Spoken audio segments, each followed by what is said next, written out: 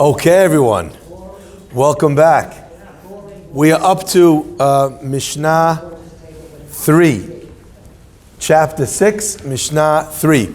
Today's Life ReImagined Pirke Abot class is dedicated in loving memory and L'ilui Nishmat Eliyahu ben Frecha Turjuman, whose Haskara will be or was on Shushan Purim actually, by Fanny and Alon Foreman and family. Alan. Okay, Mechila. Fanny and Alan Foreman and family. Hazaku Baruch. Teheh nishmatat tzura b'tzror ha'chaim. Let's read this Mishnah. We're going to read the Mishnah quickly, and then we'll go through it slowly as we always do. The Mishnah says as follows. Halomed mehaviro perek echad. If someone learns Torah from their friend, perek echad, one chapter, or halacha echad, or one law, or pasuk echad, or one verse, or dibur echad, or one saying, or afilu ot echad, or even one letter of Torah. Tzarich linhog bo chavod. You have to show that person honor for the Torah that they taught you. Sheken matzinu, we find by David HaMelech, b'David Melech Israel, shelo lamad me'achitofel, ela shnei dvarim bilvad. He learned from Achitofel only two things. And still, kira'o rabo alufo umiyuda'o. He called him his rabbi. He called him alufo. His aluf really means like an officer, but over here it's calling him a guide. Umiyuda'o, and someone who we had a very warm, intimate relationship with. Shnei Amar, like the pasuk says, ve'ata enosh ke'erki, you are a man of my worth, alufi umiyudai, you are my guide, umiyudai, and my close friend. Now it's interesting, by the way, because we just said that David HaMelech called him Rabo, alufo umiyudao, and then it brings the pasuk and it skips one. Which one does it skip?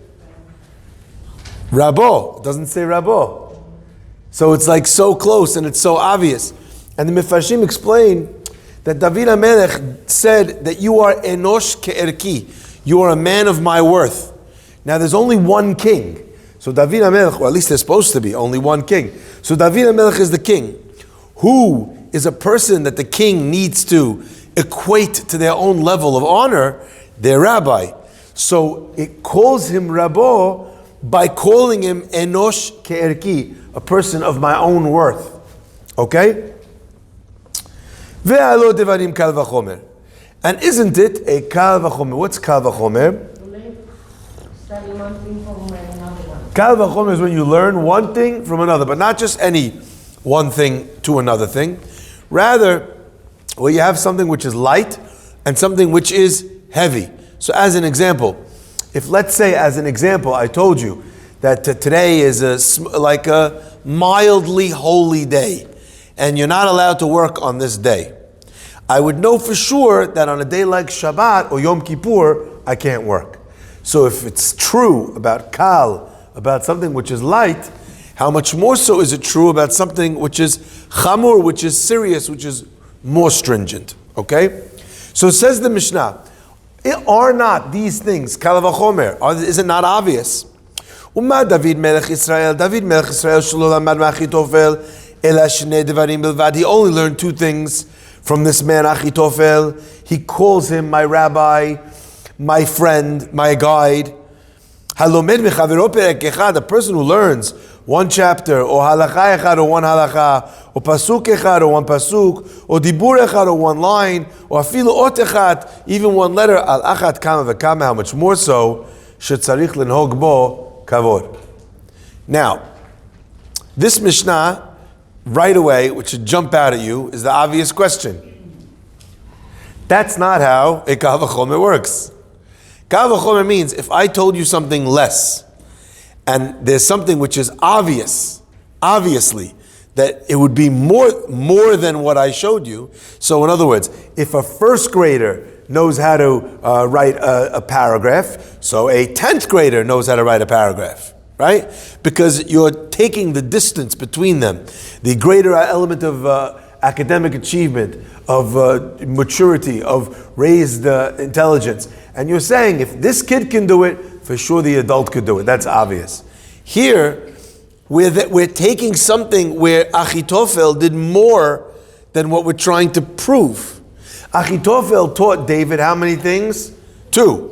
So we learn from here, how much more so, if someone teaches you one thing, you have to show them respect. Where do you see that?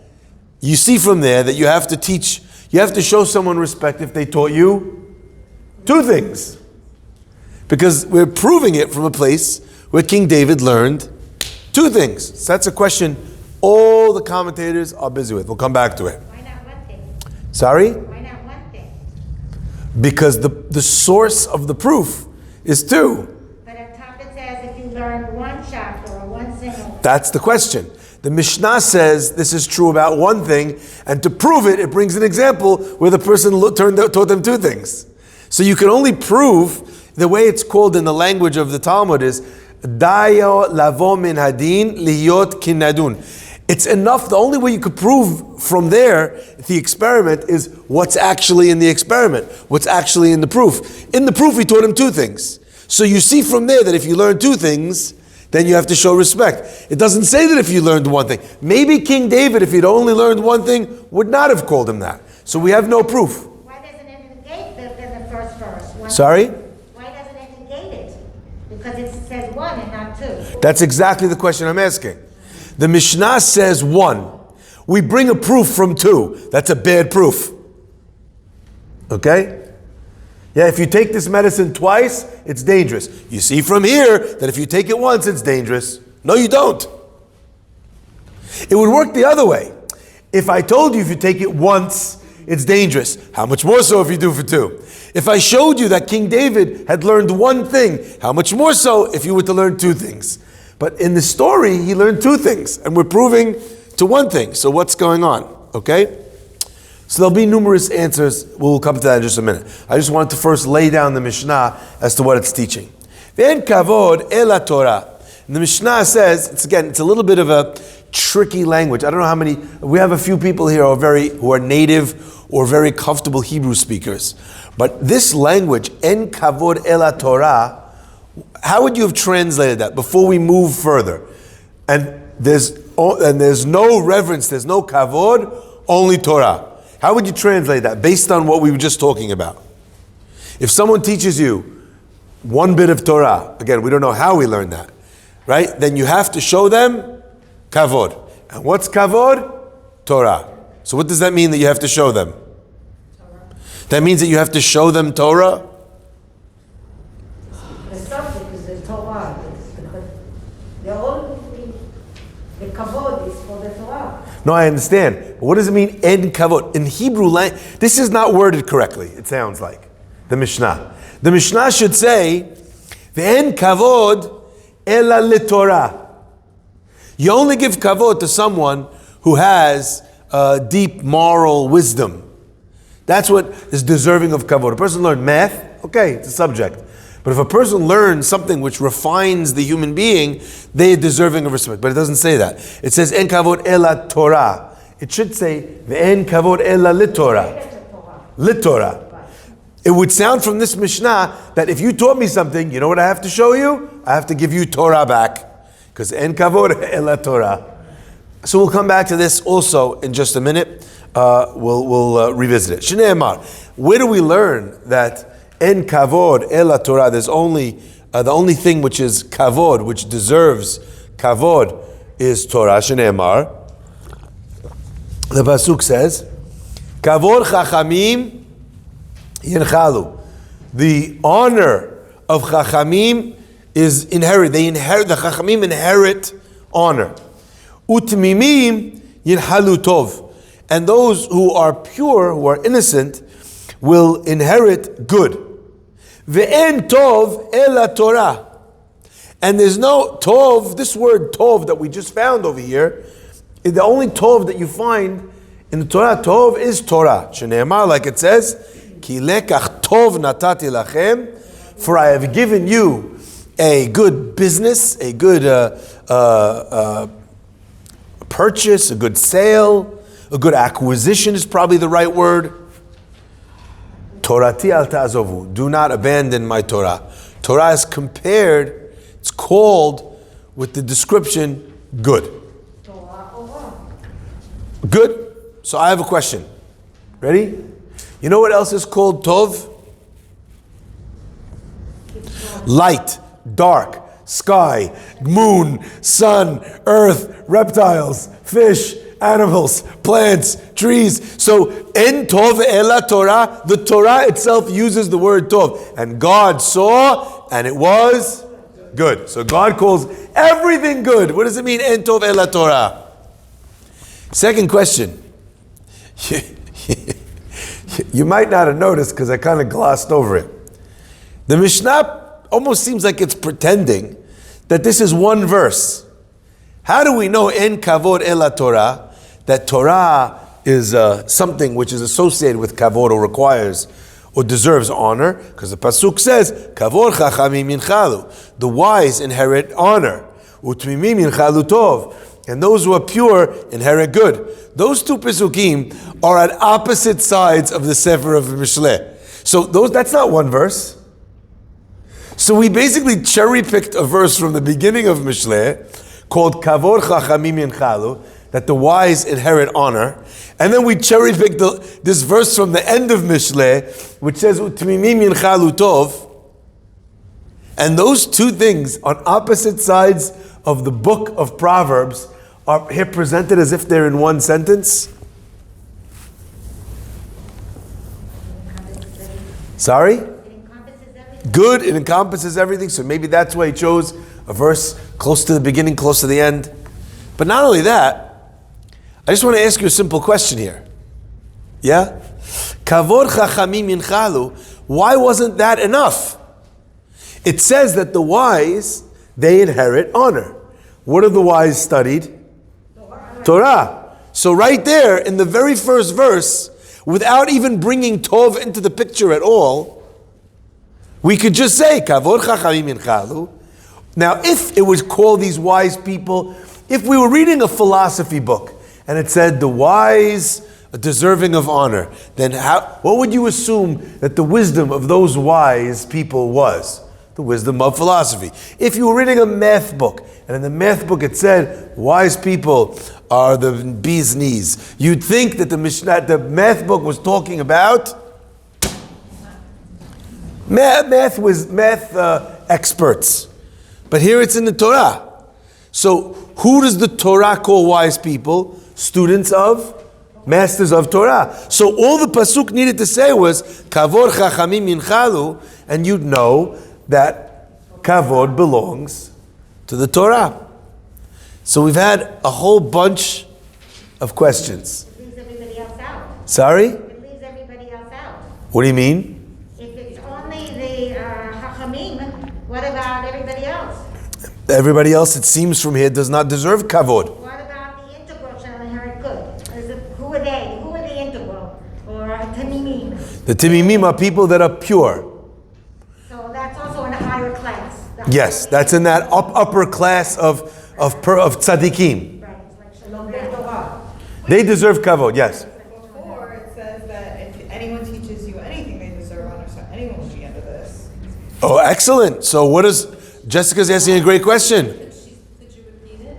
Let her repeat it. Let her get the kavod. She said the words of Torah. It said See what I did there? it said in the paragraph before this, or one of the paragraphs before this, anyone teaches anyone anything that they get the honor. So it's not excluding anyone. Everyone has the opportunity to have honor. So long as you've taught them anything. So that to me is not necessarily a contradiction, because the end of the Mishnah is just saying kavod belongs to Torah. Then it brings a pasuk and says that the wise inherit kavod and the perfect inherit good. And what's good? Good is Torah. And we're connecting good and Torah and kavod and making a nice, just good kavod Torah challenge. Okay? However, the wisdom of the wise is based on their Torah learning. And what the Mishnah in the beginning is saying is not different.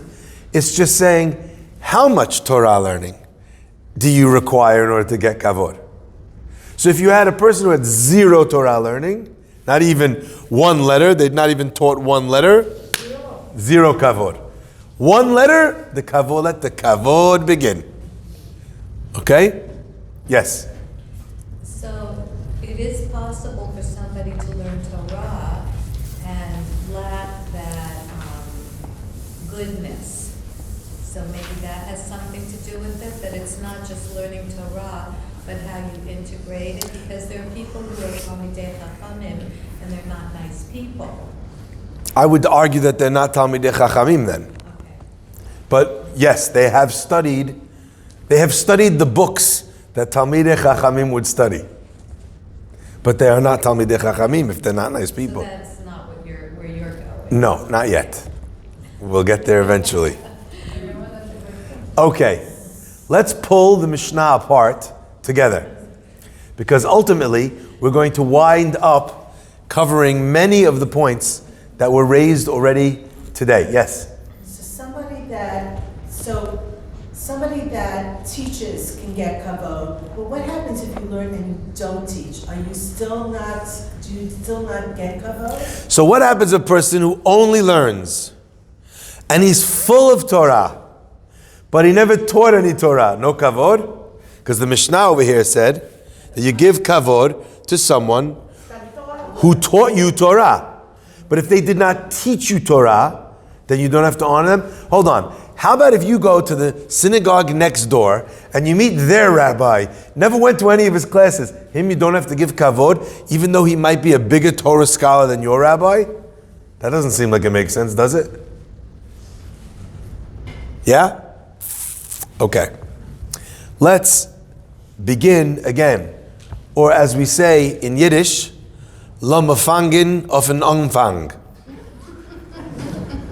I am aware that sounds Chinese, but it's actually Yiddish. Okay? Let's look at the Mishnah one more time. The Mishnah is telling us, and really, to a certain degree, I asked you a question about quantity. The Mishnah says even one thing, even one chapter, even one verse. So let's be super didactic here. David HaMelech learned two things from Achitophel. How many lessons might one have in a chapter of Mishnayot or Torah?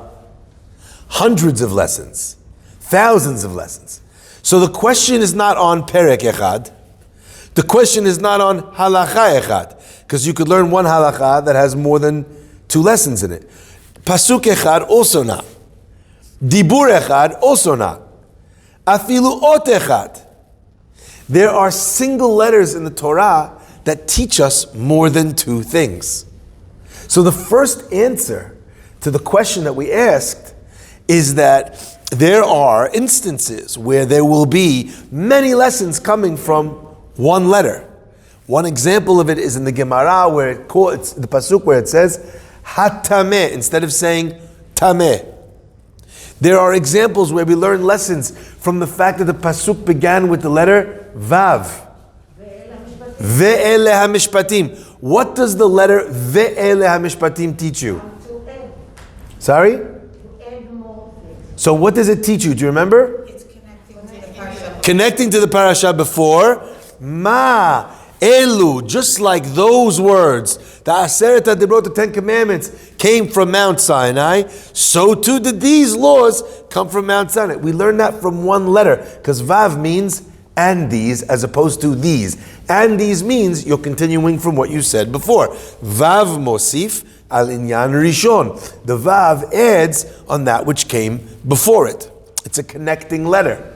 So there are many instances where a person might learn numerous laws just from one letter. So you learned one letter, but you might have learned more than one thing. So on the surface level, again, whenever someone has learned more than one thing, I don't care how many physical letters, sentences, paragraphs it took, we would understand the proof for that from King David calling Achitophel Rabo Alufo Miyudao. Okay?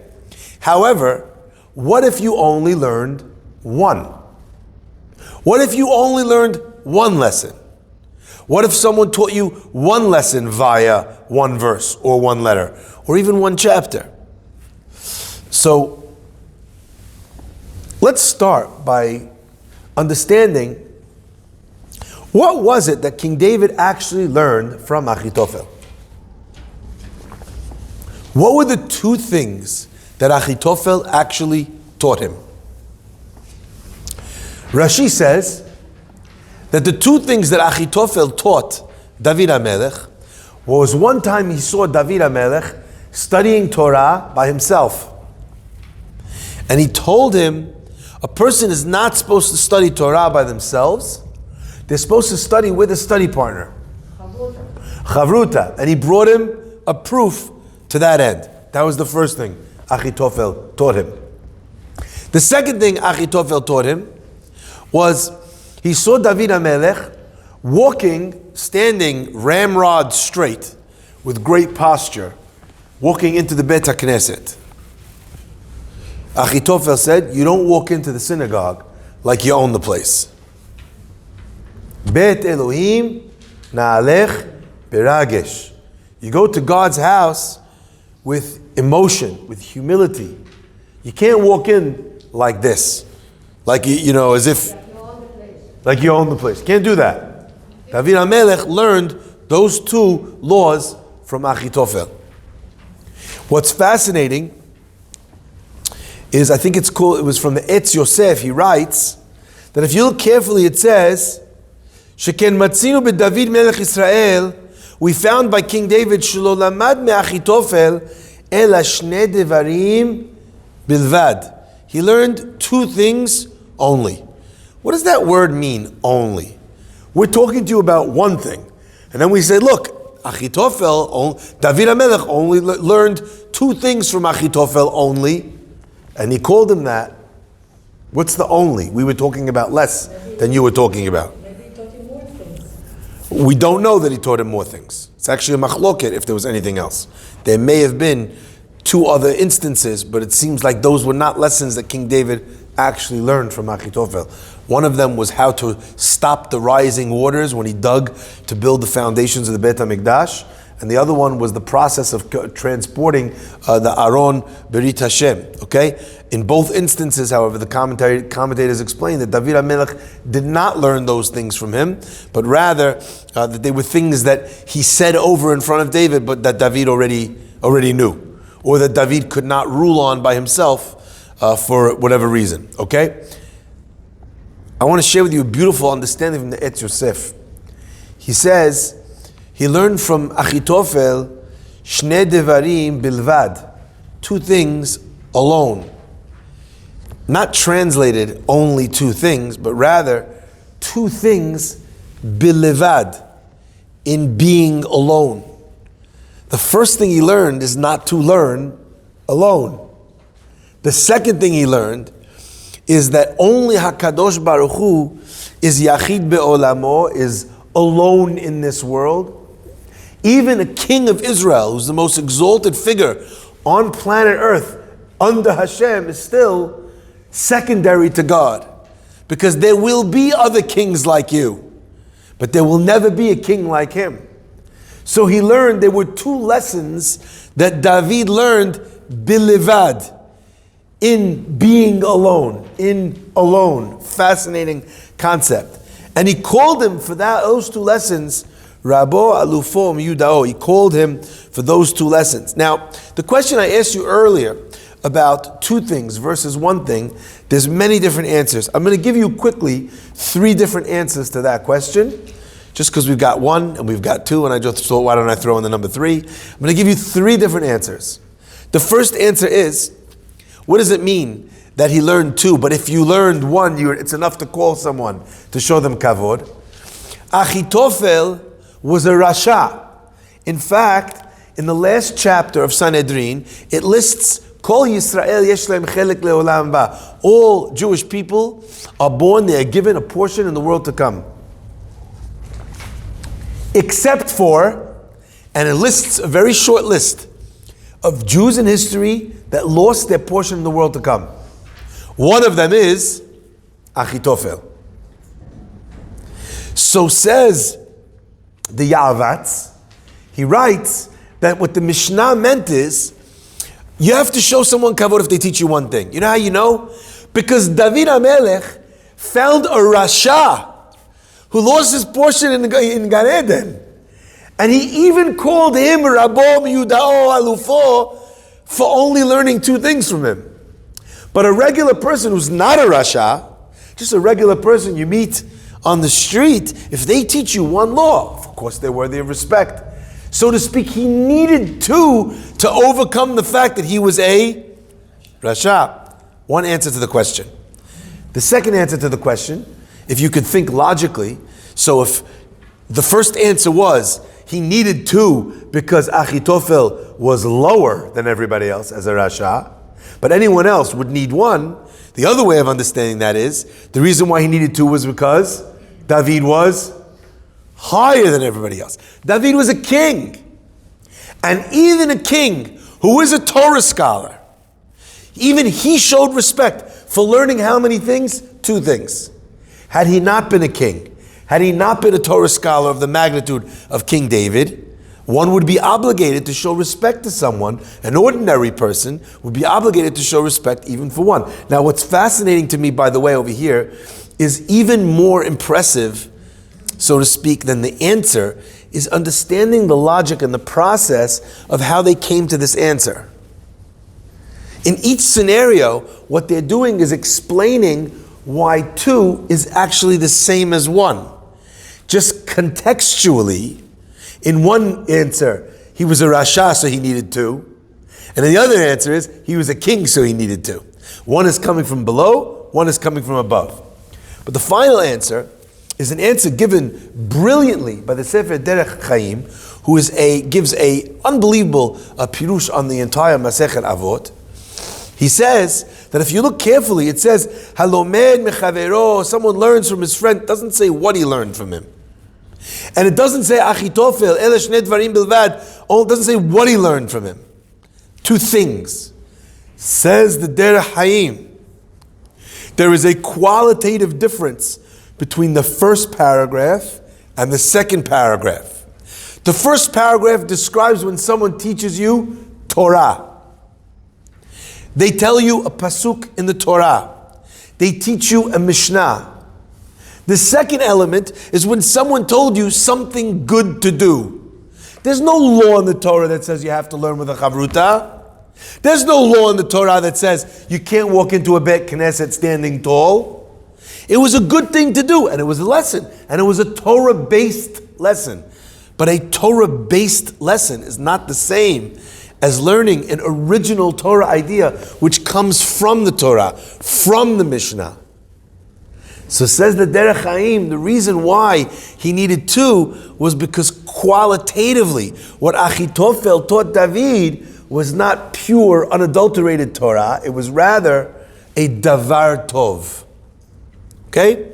So thus far, we've dealt with issues in the Mishnah which are perhaps technical. But now I'd like to perhaps open up the Mishnah to a little bit of a deeper understanding of what the Mishnah is trying to communicate.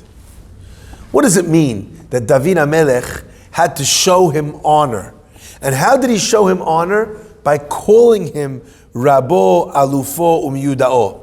What does that mean? What is this concept that a Torah scholar needs honor? I would think, if anything, the person who least needs honor is a person who's steeped in the pure, rarefied air of Torah and understands how silly, simple, unimportant honor is.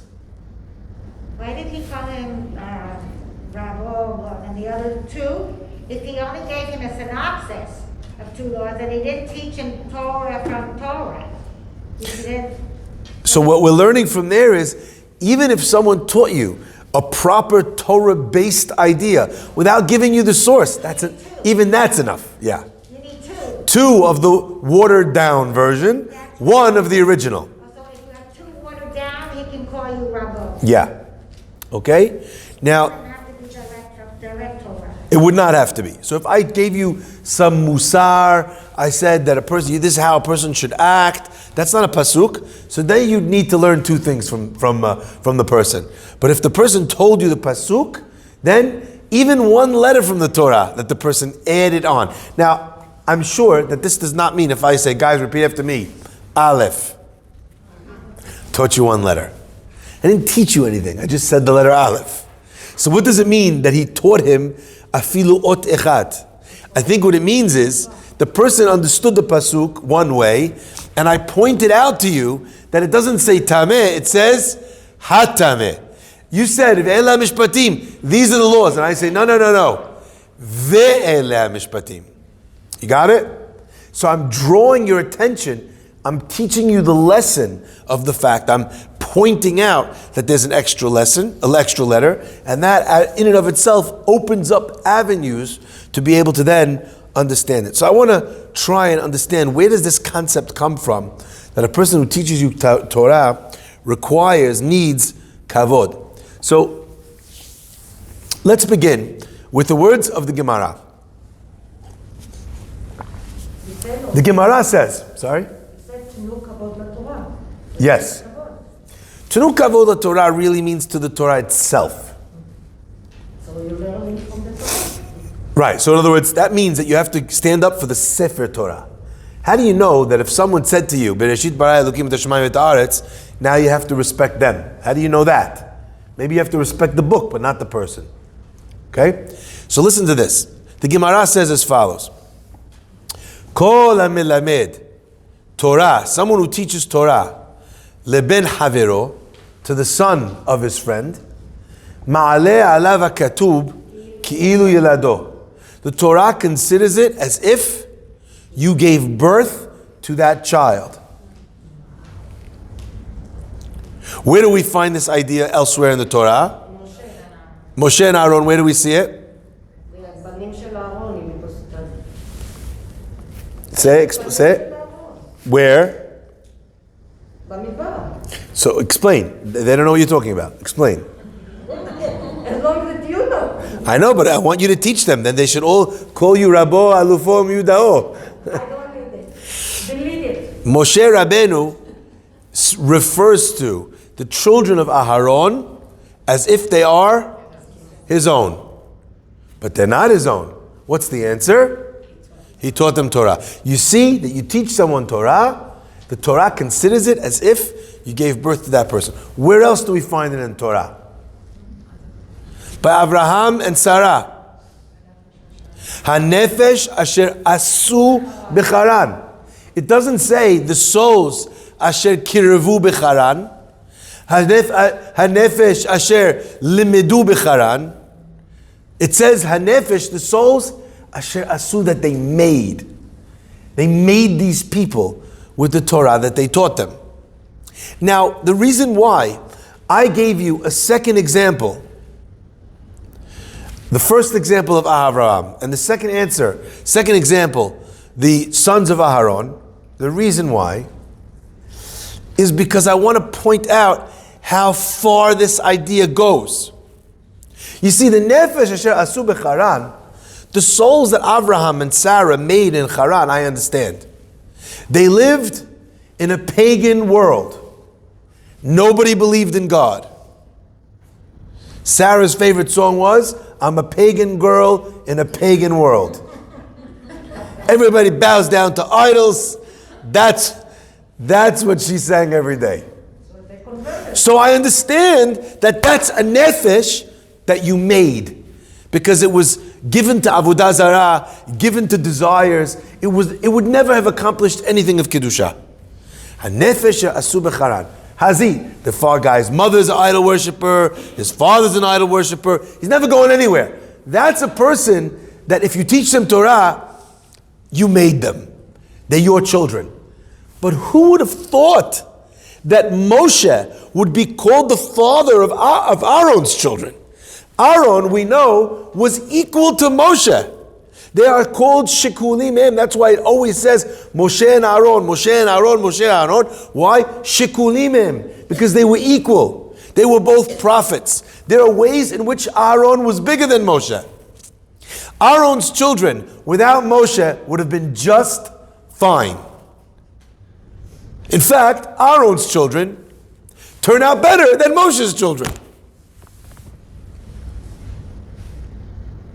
And yet, even on those, the Pasuk calls them the children of Moshe.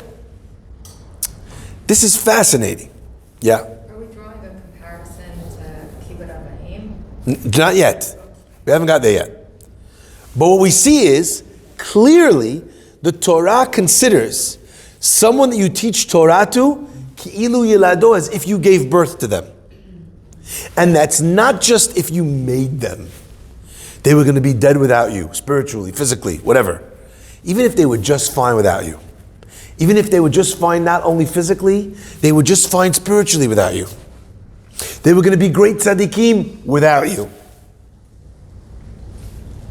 Still, you taught someone Torah, you made them. Ki'ilu yilado, like you gave birth to that person.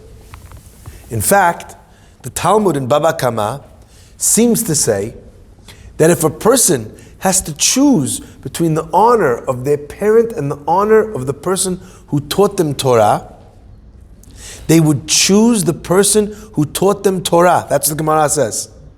Why? Because the former, his parents, brought him into Olam Hazeh, into this world, a temporary place, and the person who taught them Torah brought them Chaye Olam Haba, brought them into the next world, which is eternal. Now, in our cases, that's almost not nogea ever, because there's almost no Jewish parent that didn't teach their child anything Jewish. So the minute you taught them Jewish also, so you brought them into this world and into the next world. So now you're better off than the rabbi. You got it? But in a scenario where it was just about biologically giving birth versus spiritually giving birth, there's even a level where the element of creation of that person is higher. And I always think this as well. You know, the parents gave birth to the physical essence of the child, of this child. But did the parents make the soul? No. The soul predated the body. And when the body was prepared, the vessel was prepared, Hashem takes the neshama, the soul from on high, and He connects it with that body. But there will come a time where what the parents brought into the world deteriorates, withers away, and degrades in the ground. So the soul in the world to come, in the final analysis, if you look at who made this person or this being more, the one that made it more is the change that was created that is actually demonstrable and discernible forever and ever, as opposed to what happened on the physical realm or on the physical plane. So my friends, there is an association in the Torah between the way you honor your parents and the way you honor your rabbi, or the way you honor someone who taught you Torah. We learn from this Mishnah that it doesn't refer to your rabbi. It refers to your friend. It refers to your student. It refers to whomever. Anyone that taught you almost anything. You learn two things from them, according to King David. You learn one thing from them, according to the Mishnah. Already that person is someone that you need to show respect to. Now, this concept that the respect due to parents is a beautiful way of understanding what our Mishnah is actually talking about. Because why do you have to respect your parents? Why is that something that one needs to do? Sorry? It said in Aseret Adibot. Excellent. So there you go. It says Aseret Adibot, signed, sealed, delivered. We don't need any other reason. True. Hashem commanded it. But why? What is the, They gave you life. They gave you life. So what? They teach you. Wait. I want to deal with each reason as we go. You wouldn't exist without them. So what? Just explain. Why does that mean that I need to honor them? Because you're a creation. They were a creation, something with God. They were partners with God. You're already getting like a lamdan. But one second. I just want to deal with first what you said, because I want to mine what you said first. They created you. You wouldn't exist without them, so therefore I have to honor them. Why? To give you an opportunity to create goodness in the world. So why does that equal honor? Why does, so they created me, so therefore I have to honor them? Why are those two things related? Why are those things connected? What does the honor have to do with the fact that they made me? What does that mean? Yeah. It's like thank you for everything. It's a thank you for.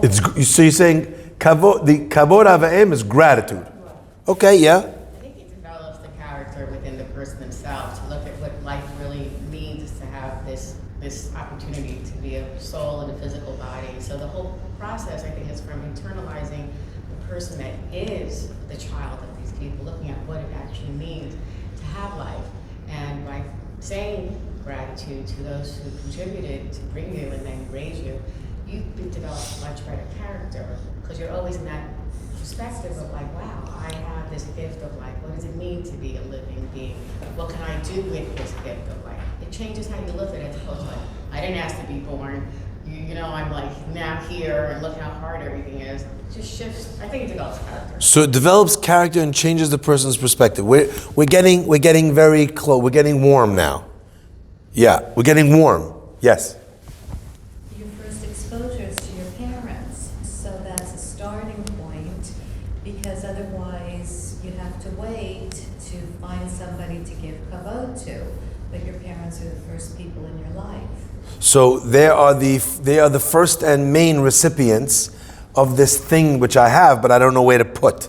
I want to describe. I think we're almost missing the point on what kavod is. That's really what I'm driving towards. What is kavod that therefore it needs to be given, obviously, to these people? What is it? Yeah. They nurture you the first 3 years of your life, which are the most important years to develop your brain. 3 years, you're doing very well. The first 3 years are really major for your brain development. Okay. And that's what's going to provide you to become hopefully the good person that your parents are aiming at. So why is the response? I think we're missing the point here. Why is the response to all these yummy, great things kavod? Maybe the response should be, I should dance. Maybe the response should be, I should send you on vacation. What is? So it's reciprocation. So she just said something very interesting. Yes. I think it goes back to what the Mishnah said with the Pirke, because the opposite of kavod, like I agree with the gratitude, but that's not what kavod is. The opposite of kavod is lazazel, to like diminish, right? So kavod is a recognition of a certain value. Like you can't even value yourself if you don't value your parents in a sense. That's the inherent understanding of value. That's where it comes from. Okay, so we're trying to work out the value, the understanding of kavod, by understanding its equal opposite, which is lizalza, to make something worth less. So kavod means where something is worth more. In fact, the word kavod is related to the word kaved, has a heaviness, as opposed to something which is, it's flight. I want to share with you. The Talmud says, do you know what it means to honor your parents? Says the Talmud. It does not mean. It's not what it means. It's not what it means. The Gemara says, what is kavod? Kavod means feed your parents. Give them to drink, clothe them, bring them in, take them out, take care of them. Now, that would not be your first gut reaction in interpreting the word kavod. You'd think kavod means applause. Maybe stand up for your parents. That would be incorrect. Do you know what standing up, what you have to do? You're supposed to stand for your parents when they come in the room. Where do we learn that from? That's yir'ah. It says, kabed avicha v'timecha naseret hadebrot. You know what else it says? Ish imo ve'aviv tira'u. We learn in the Talmud from the word tira'u that you have fear of them. You must be in awe of your parents. From there we learn to stand up. So kavod, in the Torah's parlance, does not mean say to them they're so special. Kavod means take care of them. So what you said, the reciprocity of taking care of them because they took care of you, now that makes sense. You see? Let's take it one step further. What are the things that we take care of in our lives? The things that are valuable. In fact, one of the definitions of a person who is a halachic shoteh. Shoteh means someone that's mentally unwell. They're patur from the mitzvot, as an example. Shoteh. A shoteh can't give a get. A shoteh can't get married. A shoteh can't make an acquisition because they don't have the mental capacity, acuity to be able to do so. One of the definitions of a shoteh in the language of the Gemara is a person who throws money in the street and picks up garbage and brings it home in his pockets. He doesn't understand what is valuable and what is worthless. To come back to kavod and its opposite. We take care of the things that are valuable to us. Now, some people have stupid things that are valuable to them. They'll spend all their time, buffing their car and no time taking care of their family. That's a misguided version of taking care of something important and neglecting something that they think is unimportant. But the concept of kavod is to elevate something, to raise it up. Because, here is the point. Most of us think that the reason why we take care of something is because it is valuable. But perhaps a better way of saying that is, we take care of it so that it will remain valuable. Your parents have what to teach you. But your parents can only teach you if you don't call them Dave, Susie. If they are your equals, if you call them by their name, what do they have to tell you if you are both on first name basis with one another? Therefore, one of the laws which applies to parents is you're not allowed to call them by their name. You're not allowed to. So what does David HaMelech do to show honor to Achitophel after he's taught him 2 halachot, 2 laws? He stops calling him Achitophel. And I think that the element here, which is important, is David, he keeps using different language, verbiage. Why doesn't he just call him Rabo? He calls him Rabo, Miyudao, his dear friend. He calls him Alufo, his guide. Why does he call him that? To remember, to maintain the value of what he gave you. I'll ask you a simple question. I want you to imagine I come to shul one day and I have over here a safety pin in my jacket. And you look and you say, oh, is that silver? No. Is it platinum? No. Why are you wearing a safety pin on the outside front of your jacket? I tell you, this was given to me by the Queen of England. I saved it. She saw me walking in the street. She pulled her car over. She saw that my pants were falling out on my shoes. She said, this is not proper. She called me over. I came over. She gave me this thing. I picked up the thing. From now on, wherever I go, chashuv. Now I'm not so crazy. They're like, oh wow, that's so nice. You have a paper clip. You have a safety pin from the Queen. Wow. Maybe it'll be less impressive in Jamaica, but in other places in the world. Right? You walk around, yeah. Now, what happens if the Queen makes a series of very bad decisions and is no longer a respected or a revered character in the world? What happens to that safety pin? It goes in your pocket. You throw it in the garbage. Right. It still doesn't change your experience with her. It doesn't change my experience with her, but it changes how I view who her is. So I thought I had an experience with this really amazing, lofty person, and then I found out, again, let's say it's not the Queen of England. To you, she was good. It doesn't matter, but now I've realized that she isn't.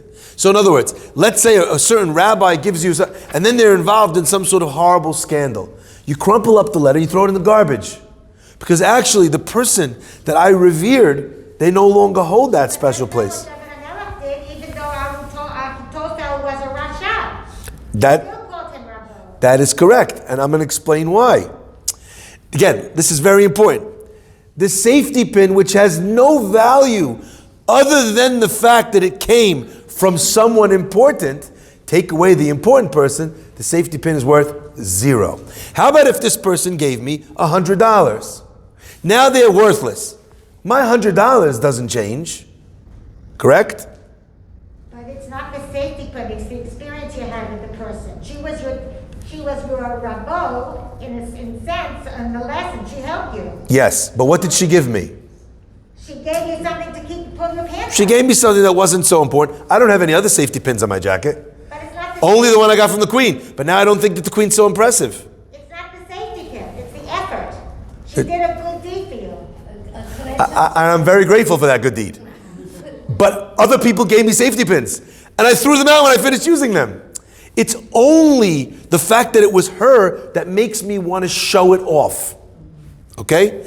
With Achitophel, even if Achitophel's a Rasha, the Torah that he taught is still valuable.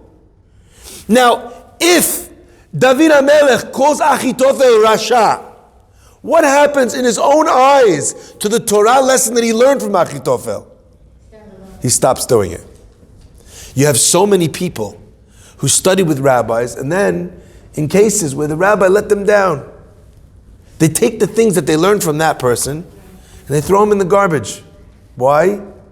Because they assume the person that taught it to me, it turns out he's a thief. Turns out she's, in it for the honor. Turns out, whatever the case might be. But if the thing is valuable, the only way for you to maintain your relationship with its value is to uphold the person that gave it to you. Our parents have lots to teach us. But if they're Dave and Susie, then you don't really respect what they say. So you don't call them by their names to illustrate, to remember always where they stand, that they stand above you. That concept is true about parents, and it's true about the people who teach you Torah as well. If you feel like that person is a lowlife or a nobody, then maybe the kavod, the Torah that you learned from them, is not going to go very far. So in this instance, the kavod actually is a maintainer of the quality of the Torah that I got from that person. I'm almost giving them kavod in order to maintain, in order to protect the Torah that I learned from them. Is everyone with me on this? Now you understand that the syntax of the Mishnah is actually exact. Ve'en kavod ela Torah. The kavod that I gave to my parent, to my rabbi, to the person that taught me, that is the Torah. And that's what the pasuk brings. Kavod chachamim yinchalu. One way of reading the pasuk is that the chachamim inherit kavod. But the other way of understanding it is kavod chachamim. The respect that you give to the wise, yinchalu, allows them to give you an inheritance. Got it? Utimimim yinchalu tov. And those that are righteous, that are pure, yinchalu tov, they will give over tov. If you call them timimim, if you think that they're perfect, then yinchalu tov. My friends, I want to perhaps ask one last question on this Mishnah before we wrap. And that is, I think, a powerful question.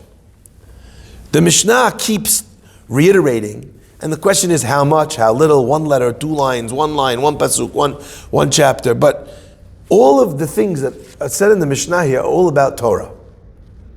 How come we don't say a person who helped you do 1 mitzvah? How come we don't say it about a mitzvah? Why is it only about Torah? Now granted, the entire 6th chapter of Pirke Avot focuses on Torah, by the way.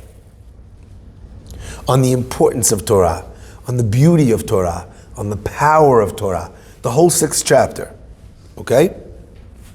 So granted, maybe the Mishnah over here is talking about Torah because it sits in the chapter where we're talking about Torah. But the Netziv says something else, which I think is so interesting. He says, if you've done or helped me do a mitzvah, it's amazing what you've done. And I appreciate it tremendously.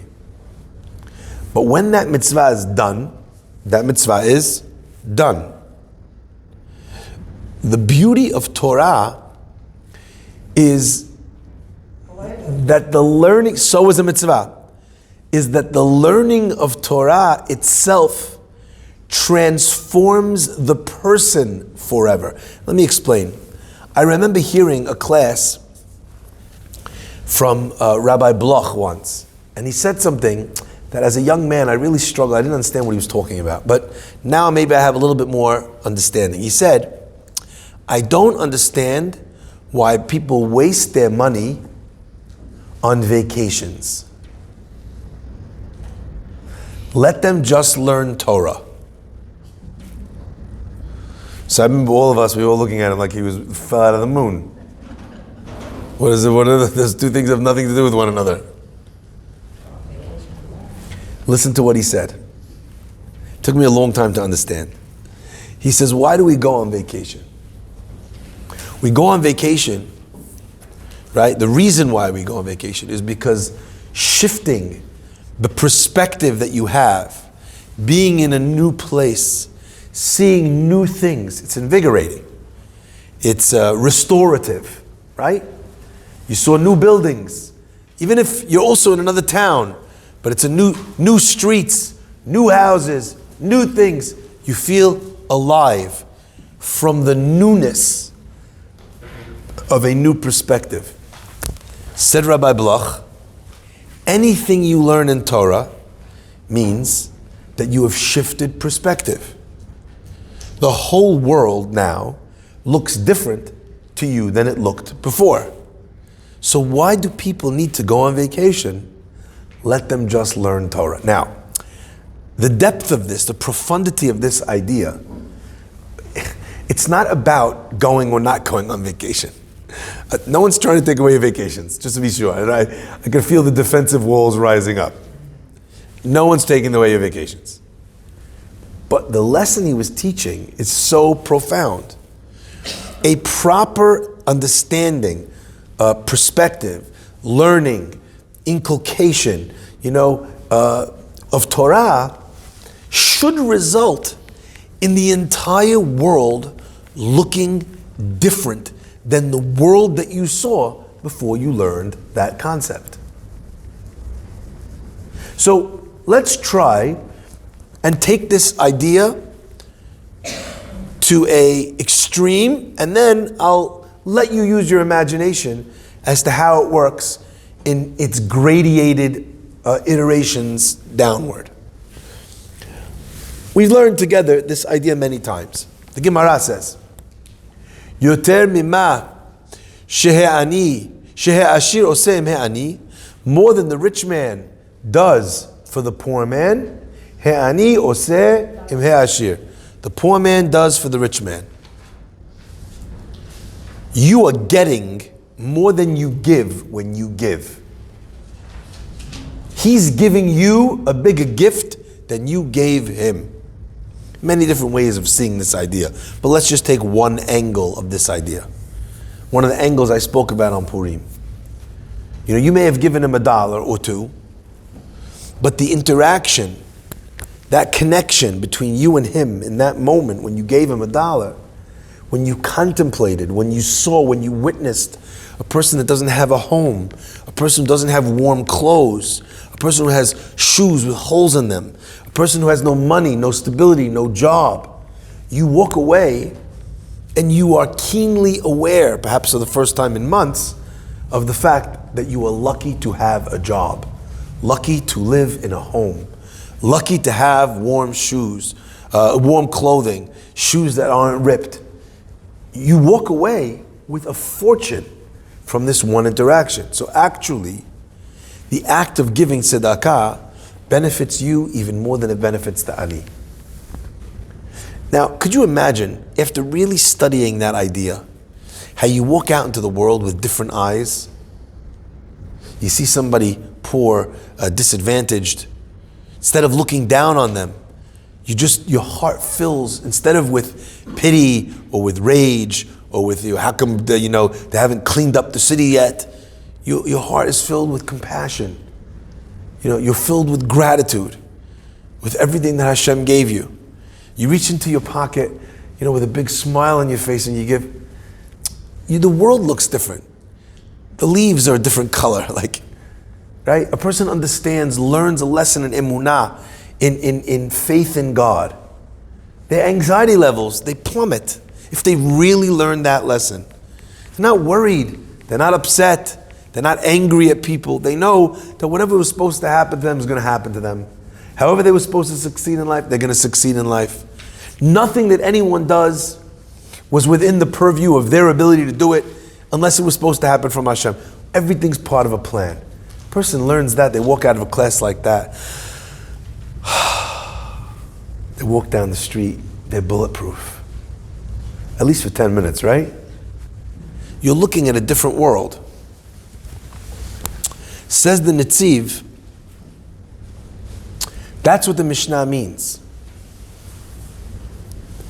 If someone taught you Torah and you really learned, they created a new you. Ma'aleh alav hakatuv ki'ilu yelado. We count it as if they gave birth to you, because this you, it didn't exist until a minute ago, until we sat and learned together. The Torah that I gave, that I taught, that created this new reality, this new you. It's amazing that. And a lot of times I think back in my life to certain teachers that really inspired me, that changed my worldview. And I think to myself, and I can think on just now of at least 2 or 3 teachers that I know, that the life that I'm living and the mission that I'm driving towards trying to accomplish, I can say who they are. To recognize that person, they made you. At least this version of you. That the classes you're giving, it belongs to Rabbi Berkowitz, my rabbi. It belongs, in a certain measure, to Rabbi Weinberger, the head counselor of Camp Kol Torah, who told me that if I didn't go into education, I was out of my mind. I was 19 years old. He's a master educator. And I remember thinking to myself, if this guy thinks I can do it, I could probably do it. I owe this to Rabbi Simcha Bak, my 8th grade Jewish history teacher, who for the first time in my life lit a fire under me as to what it meant to be an educator, to excite someone with learning. You could look back at these people who taught you these lessons. It's not that they gave you a gift. It's that they changed you. They made you. When someone makes you, if you don't recognize that, you lose the ability to have those lessons stay with you. Because the more diminished they become in your eyes, the less important, the less kavod you've given them, the less powerful the Torah that they taught you becomes. I'm reminded, we'll end with this, the Gemara says, Im domeh rabbecha lemalach Hashem tzvakot, if your rabbi, if your teacher is in your eyes kemalach Hashem tzvakot, like an angel from God, bakesh Torah mipiu, request Torah from his mouth. And if he's not an angel of God, al tevakesh. So what does that mean? Does that mean that you need to think that I'm an angel of God? Is that what you need to think? That anyone that teaches you needs to be an angel of God? And I always thought, maybe the version, the pshat in that Gemara does not mean that your rabbi is perfect, because how many people are? The Gemara lists in the entire history of the world 7 people that did not do a sin in this world. So what's with everybody else? Okay, the answer is they did teshuvah, fine. How many rabbis, how many teachers are perfect? None. So what's it telling you? Only requests from them? If not, if they're not perfect, al tivakesh, don't ask. So I have another pshat in that Gemara. My understanding in that Gemara, it's a chidush. It doesn't mean that they are an angel of God in terms of their perfection. It means that they are an angel of God in terms of the fact that they were sent to you at that point with that message in your life. If you can feel that that teaching was literally given to you, sent to you, not from them, but from Hashem himself. Hashem knew, and how many times do people come to me after a class and they say, Rabbi, I swear you're bugging my phone. How did you know? How did you know I was going through that? I didn't, is the short answer. I'm not bugging your phone. I leave that to the NSA. But God used me in that moment. He made me give the specific thing you're going through as an example. And if a person can relate to the Torah that they're teaching as something that's coming to them directly from Hashem through a proxy, Bakesh Torah mipiyu, then learn Torah. Learn Torah from that person. If you feel it's just some random dude spouting whatever random nonsense came into his head that morning, that's not going to stick with you. Al tevakesh. Don't ask for that. Ultimately, aseh lecharav means that if you make for yourself a rabbi, if you appoint this person, if you uphold them, if you think that they're wonderful, if you think that they're brilliant, or at least this piece of advice was so amazing, then you're likely to stick with that message and stick with its importance for a much longer time. And I think that is part and parcel of what the Mishnah actually ends off by saying. Look at the final words. And this is why we brought the word tov. To tell you, ki lekach tov natati lachem. You know how you stick with the Torah you learn? When you think it's the very best thing ever. Then, Torati al ta'azovu. Because you respect it. You think it's valuable. If you don't think it's valuable, Torati is going to be ta'azovu. You're going to drop it in a second, like a hot potato.